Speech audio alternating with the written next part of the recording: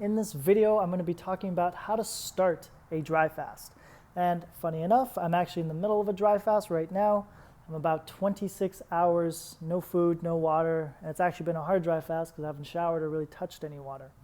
So you're probably curious about how to start a dry fast. Now, since you're watching this video, I'm going to take it that you haven't done it and you don't have any experience. So here's my suggestion. Start with one meal a day and just work on fasting in general. Then build up to a 48-hour fast. This is what I did personally. It made it a lot easier. You got to transition.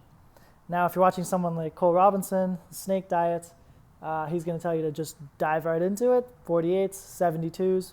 That's pretty hard for most people to do, especially if you're working a job. So I don't recommend doing that. So to start, do one meal a day. Just get into fasting. 2, get into 48s. Be able to do that and handle it. 3, pick a time when you're not under constraints. Some people, and maybe this is the opposite for you, but some people prefer to do dry fasts when they have work to do. So let's say it's during the week and you can't eat anyways, so you might as well just not drink and do your dry fast then. I find it's a lot harder to stay focused and motivated with that if you're just constantly working, you come home, hard to sleep.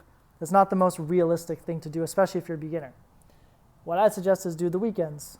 So I would always do my 48s on weekends and build up into your dry fast. So don't necessarily have to jump right into a 48 or a 72. It's not easy, like I said. So as you get good at 48 hours, start the first 12 hours of that 48 by being dry, so no water. Once you're good with that, do 24. Or if you're not good, just go 16. Add 6 or 12-hour blocks to it. What I did was 12 hours. So first weekend, 12 hours dry, then you drink water or snake juice until the 48-hour mark, and then you start again. Next weekend, you do 24 hours dry fasting, and then next 24 hours, just no food. Then go 36, and then hit your 48-hour mark. What you're going to experience is, some dizziness, some headaches, some dry mouth, possibly some stuff in the chest, horrible night sleeping. I'm going to make a video on some of these other topics. Oh, by the way, this video was an idea from one of my subscribers, Monica M. Thank you for leaving that comment. I'm answering your question, how to start the dry fast. We'll make another video for how to finish the dry fast, so look out for that. So outside of that, what I would really suggest, and it really depends, I'm a very lean guy, so I come at this fasting approach much differently than most people who are just trying to lose weight. But if it's your first time dry fasting, you're scared, you don't know what's going to happen, obviously you can drink water at any time. Fuck it.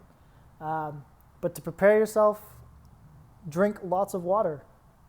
Okay? Have a nice big meal, salts. Make sure you have water to start. Because I've started dry fasts where I was just like, oh, let's just do it.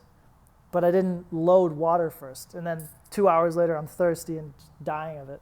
Not smart, not good for beginners. So obviously, load water. If you're going to load water, load salts. Okay? Go to YouTube. I haven't made a video on this, so check out snake juice off the snake diet page and make sure you're drinking that. That's going to help you survive longer on this. Don't chew gum or have those candies and mints. Don't put anything in your mouth during the dry fast because it could raise your insulin levels, which is kind of counteracting what you're trying to do with the dry fasting. So obviously, if you put gum, it's going to help stimulate saliva. Your mouth's going to not be dry anymore. But don't do that. I've had clients come in and they've noticed a significant difference between when they chew gum, when they don't. Really, it's just a mental preparation and an understanding that, one, you're not going to die in 3 days without water because, the textbooks will say that, but it's more if you're in the wilderness, surviving, you're moving, you're panicking. Yeah, if you don't have water for 3 days in that kind of circumstance, you're probably going to die. But if you're at home, sitting on the weekend, just watching TV, doing nothing, you're not going to die. You can do 2 to 3 days because you're not using that water. You're not wasting your resources.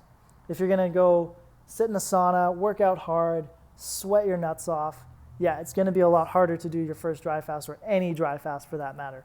But if you're just sitting on your balls and you're doing the dry fasting for healing effects, that's probably the best way to go about it. And you're going to survive the dry fast a lot easier versus moving around. Oh, and as I'm doing this right now, I'm noticing when I dry fast and I talk, my mouth gets dry. My lips are getting dry. Try to reduce talking. That's going to help a lot. What other tips? Don't talk, don't move as much.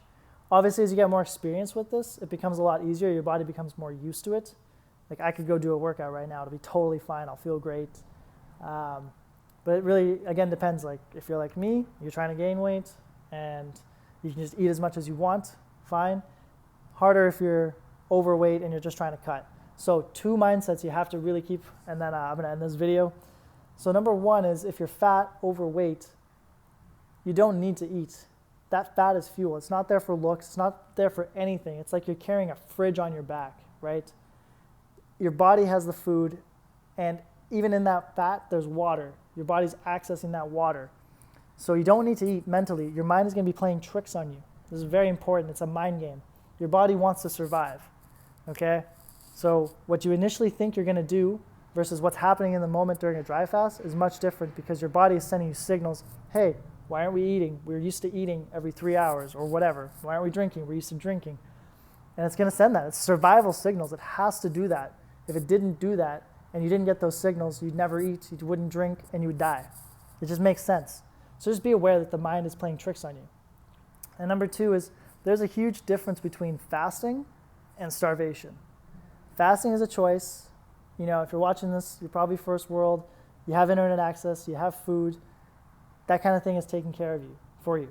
Versus if you're in nature or in a developing country, maybe you don't have money, there's a difference between that, okay? Fasting and starvation. Starvation, you want to eat, you want to drink, but you can't. Fasting, any moment you can end it. You can open your fridge, you can go to a mall, buy food. It's a different mindset, it's a different game. Just make sure you understand that going in. Because, last point I'm in this video,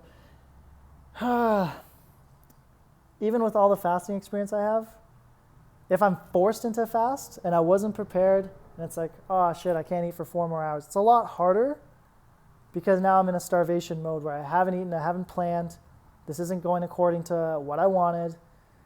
It's harder, it's more difficult versus I've planned to fast, I've eaten my meal beforehand, and I know what I'm getting into, blah, blah, blah.